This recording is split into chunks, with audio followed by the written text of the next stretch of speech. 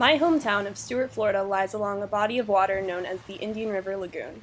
Our lagoon plays a part of the larger St. Lucie estuary, which, as many of you already know, is a body of water that contains a mixture of salt and fresh water. This feature of the Indian River Lagoon leads it to be home to a variety of aquatic species in a rich but fragile ecosystem. Presently, the Indian River Lagoon has been seeing some upsetting changes, all due to recent heavy influxes of fresh water from nearby Lake Okeechobee.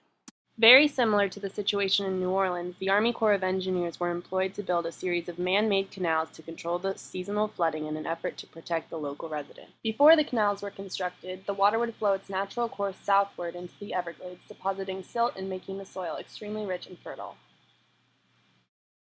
These canals redirect most of the excess water eastward and westward, leaving only about 13% of the original amount to make it down to the Everglades. Additional 20% of the total discharge gets deposited into the St. Lucie River, which eventually makes its way to the Indian River Lagoon. In general, the Army Corps of Engineers schedules these discharges to occur when the water level of the lake reaches about 15 feet. If it were to get much higher, the dikes surrounding the lake would breach. Thus, the discharges generally occur during the rainy season when the lake would be prone to overflow.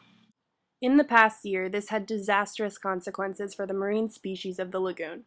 During the 2013 rainy season, the Indian River Lagoon saw 100% living mortality of oyster beds because while they normally prefer a salinity level of 20 to 25 parts per thousand, many parts of the lagoon were around 5 parts per thousand. Similarly, 75% of the seagrass beds were decimated because of the abnormal salinity levels.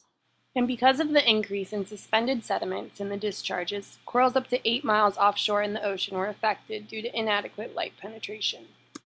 What's more, those of us who live in the area surrounding the Indian River Lagoon were advised not to utilize the water in any way, shape, or form during that summer. A health alert on the Treasure Coast. Look at that mess. Test results confirm what residents, businesses, and environmentalists fear.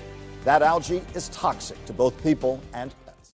The worst part of all this is that these discharges will continue to happen every year throughout the wet season unless change is enacted. While the Army Corps of Engineers have been trying to restructure the dike surrounding the lake so that it can contain more water, there is a greater problem that needs to be addressed: the lack of water reaching the Everglades. In the recent year, this topic has been receiving a lot of media attention in the South Florida area, mainly due to citizen participation. Various rallies and protests have taken place, and it has drawn political figures to take note. People are outraged with the toxic water coming out of Lake Okeechobee, so they're here for the second rally, lining up on Stewart Beach all the way down to Jensen Beach, and they're about 5,000 plus strong. In January, Governor Rick Scott announced the plan to allocate $130 million, which will go towards improving water quality, mitigating impacts of Lake Okeechobee's discharges on our estuaries, and diverting more fresh water south to help restore the Everglades. Moreover, Senator Joe Negron called for switching the power from the Army Corps of Engineers to local control when determining when Lake Okeechobee should discharge water into the estuary. While it remains to be seen what exactly will happen as a result of these movements, I think it is a step in the right direction, and the concerned citizens of the Treasure Coast area are the ones to thank for that.